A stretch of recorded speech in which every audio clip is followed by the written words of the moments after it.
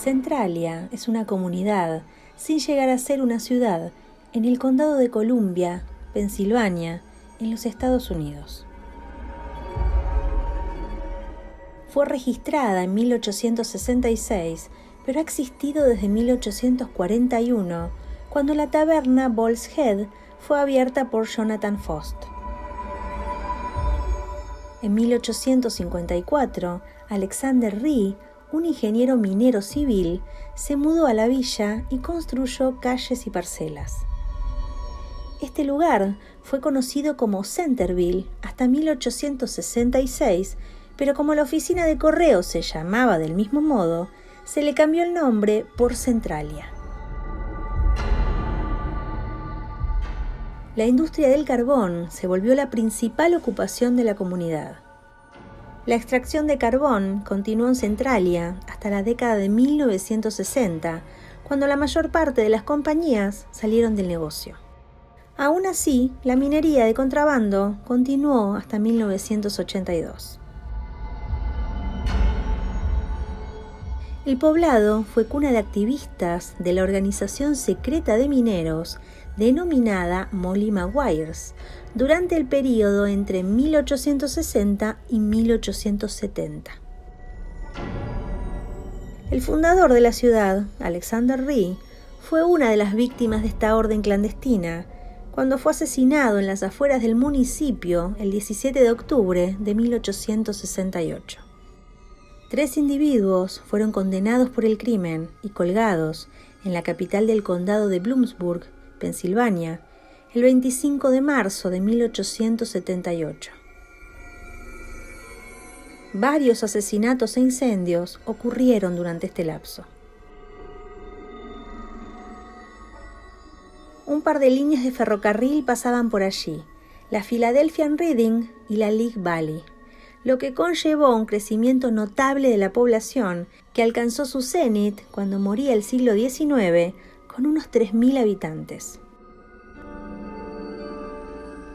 Como ya mencioné, la minería de carbón era y siguió siendo durante muchos años el principal empleador del pueblo.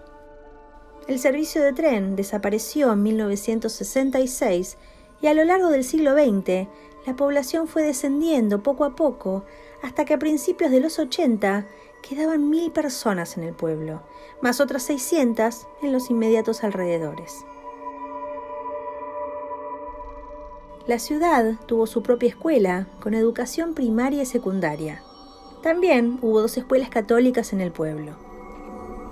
En una época, el municipio tuvo 7 iglesias, 5 hoteles, 27 salones, 2 teatros, un banco, su oficina postal y 14 almacenes y negocios.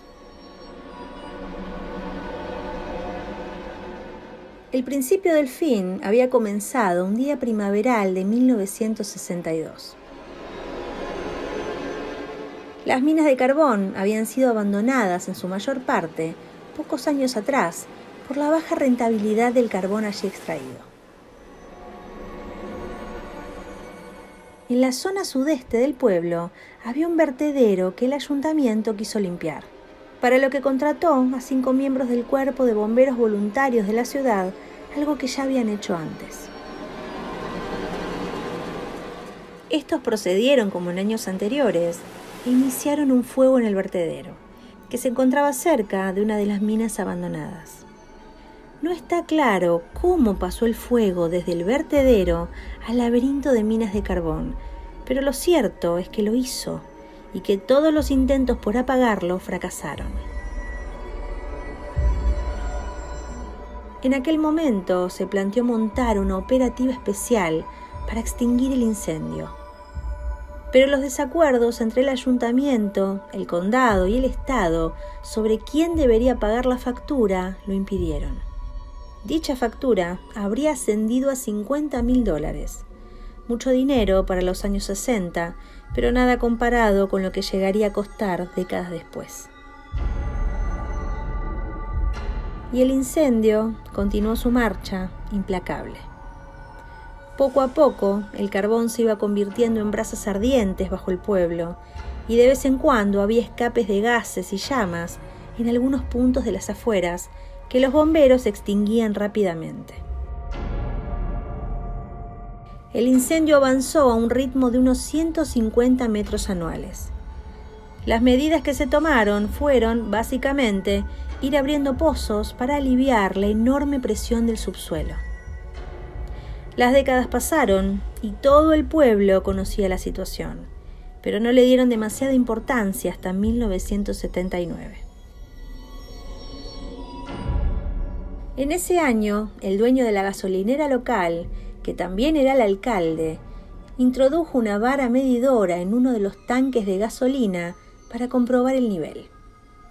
Al extraerla, notó que el metal estaba inusualmente caliente, así que introdujo un termómetro en los tanques de combustible. La medición le aterrorizó. La gasolina estaba a 172 grados Fahrenheit, más o menos unos 78 grados centígrados. Recién entrada la década de los 80, el asunto se puso verdaderamente serio. Empezaron a aparecer informes de graves perjuicios para la salud de los habitantes de Centralia debido a las continuas emanaciones de gases tóxicos provocados por el incendio. Los habitantes de Centralia instalaron en sus casas medidores de monóxido de carbono, dióxido de carbono y oxígeno para evitar morir asfixiados durante la noche.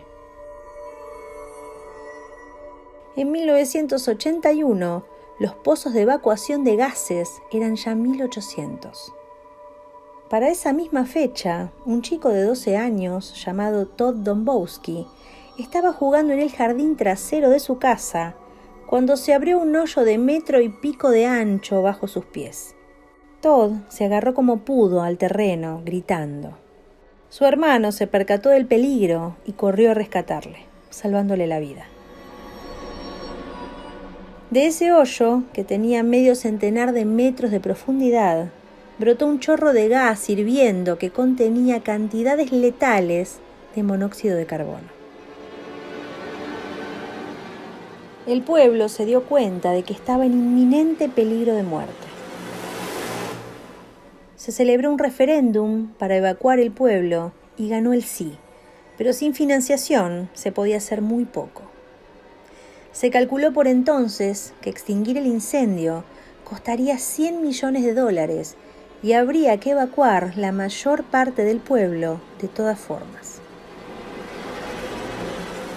El asunto pasó al estado de Pensilvania primero y al Congreso de Estados Unidos más tarde. La gente se fue marchando del pueblo poco a poco, pero ese goteo se convirtió en estampida cuando el Congreso otorgó $40 millones para realojar a los pobladores. La inmensa mayoría de los habitantes de Centralia se marchó a pueblos cercanos como Mount Carmel o Ashland. Unas pocas familias, sin embargo, se negaron a marcharse. Habían crecido allí y allí querían permanecer, por más que al pueblo le estuvieran ardiendo las entrañas. En 1992, el estado de Pensilvania expropió por ley todas las propiedades del pueblo y procedió a su demolición. Los poquísimos residentes que quedaban plantearon una demanda colectiva para evitar ser expulsados de sus casas y consiguieron detener su desalojo. Aún así, del pueblo apenas quedó nada.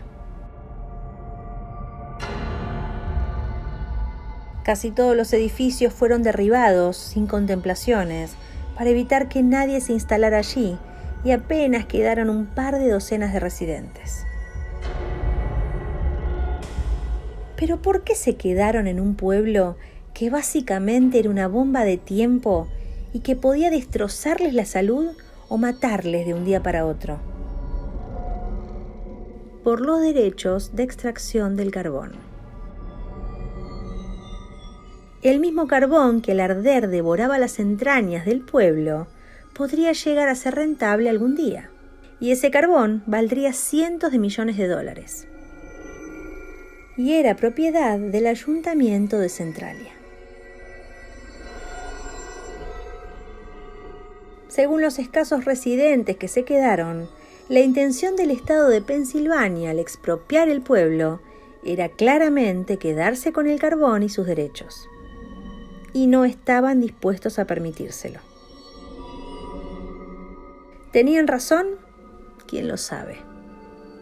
Decidieron arriesgarse a permanecer en las puertas del infierno para comprobarlo.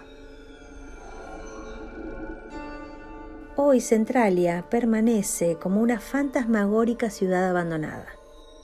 Solo un puñado de casas quedaron en pie. Las calles siguen existiendo, aunque el asfalto ha comenzado a ser devorado por la maleza, y aquí y allá se abren profundos hoyos por la presión del incendio. Apenas quedan 17 edificios en el pueblo, entre ellos el ayuntamiento y la iglesia ortodoxa, que se salvó por estar al norte, lejos del incendio, y mantiene servicios semanalmente los sábados por la noche.